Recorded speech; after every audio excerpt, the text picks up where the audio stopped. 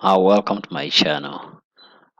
This was the last game of round one of the Grand Chase Tour Rapid and Blitz tournament that's being held in Paris, France.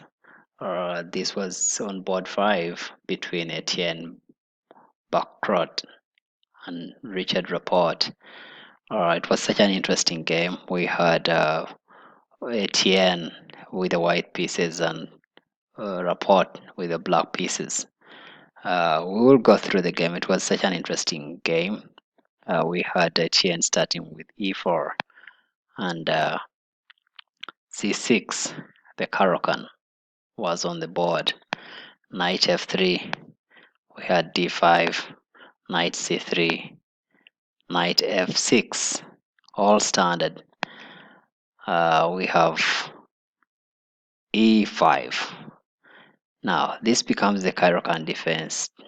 Two knights attack. First with the two knights attack basically. And then we had knight h5. That was the first naturalist of the game. Perhaps the best move would have been knight e4, you know, and then maybe the game would perhaps continue this way, you know. It's a typical Caro Khan, so equal formidable defense, and that would be okay. It would be playable. But going back to knight h5 as the first inaccuracy, we had d4 to seal up the center, g6, and at this point, many games have from my database I've reached this position, but it's the next move, knight e2. That is the novelty of the game. That's a completely new game. It's a new move in this position as of move 6. So we had knight g6, knight g3, h5, bishop d3. We had bishop g4 pinning the knight, h3 kicking the bishop, and this forces Richard to exchange his light squared bishop to give it up basically for a knight, and that's queen recaptured on f3. We had e6, castling king side by Etienne. Now h4 was another inaccuracy by Richard. Best would have been c5. Let's take it back. c5 would have been a much better move, but thought for about a few seconds and he played h4. We had knight back to e2, bishop e7. We had g4, c5 now comes in, d times c5, knight d7, bishop pins the knight just so it cannot pick any of these pawns. Having attacked this knight, having attacked one of these two pawns, now it simply cannot pick any of them. So we had him castling the king side. The knight is picked off the board. Queen recaptures on d7. We had c3. Queen c7 attacking this pawn, and the two center pawns. b4 to protect the c5 pawn and gives away the e5 pawn, which the queen captures on e5. Bishop f4, queen e4, queen captures e4, d recaptures on e4, rook a to d1. We had rook f to d8, knight d4, bishop f6, c6, b captures on c6, knight captures on c6, and we have a pair of rooks going off the board being exchanged. Rook captures on d1 and rook captures on d1 as well. We had bishop capturing on c3. Then we had b5, e5, bishop drops back to e3, knight e6, bishop captures on a7, bishop d4. That was another inaccuracy of the game. Best should have been knight d4. Knight d4 should have been the best move. So then you would have rook b1. Yes, white has an advantage, but it's more playable than before. So an inaccuracy was played by playing bishop d4, which increased the advantage to a 5-point lead. We had knight capturing on d4, knight capturing on d4. We had the bishop capturing on d4, which is an inaccuracy, a mistake.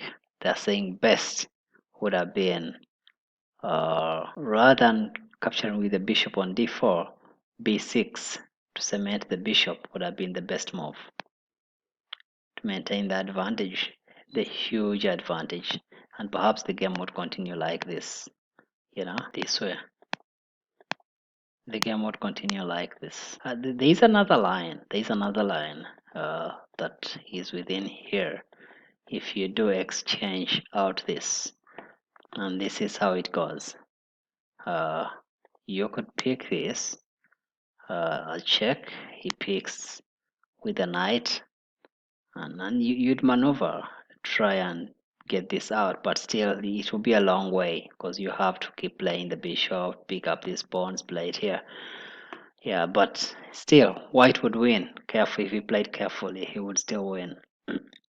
However, he played bishop d capturing d4, and he lost the advantage. Then we had e capturing on d4, rook recaptures on d4, rook for rapport captures on a2, and rook gets behind the b pawn.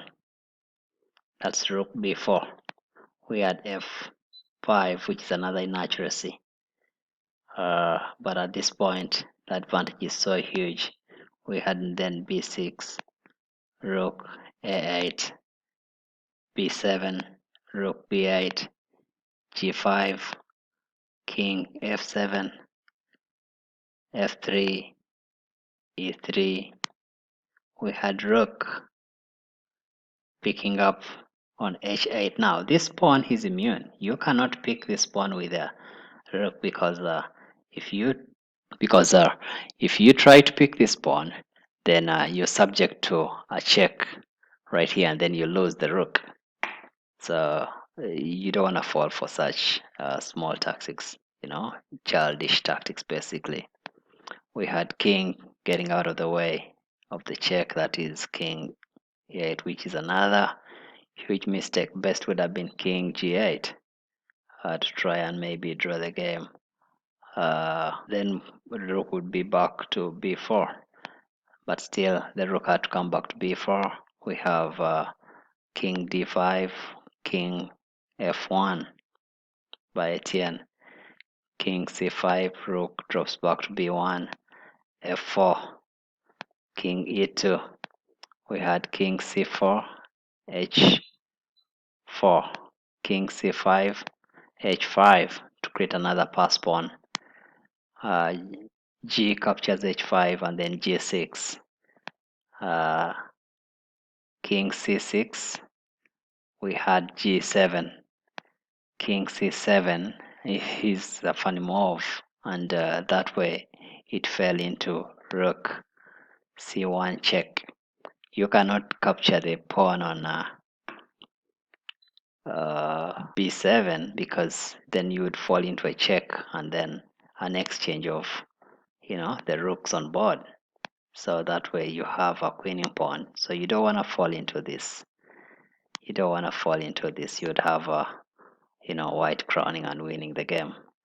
But we did not get into that. So what happened was after this check on c1, king had to move away to d7, and then rook c8 was the last move of the game, because at this point perhaps the player would continue on as this and would have white still getting back his queen, having the other g pawn crowning, and that's how Etienne won the game.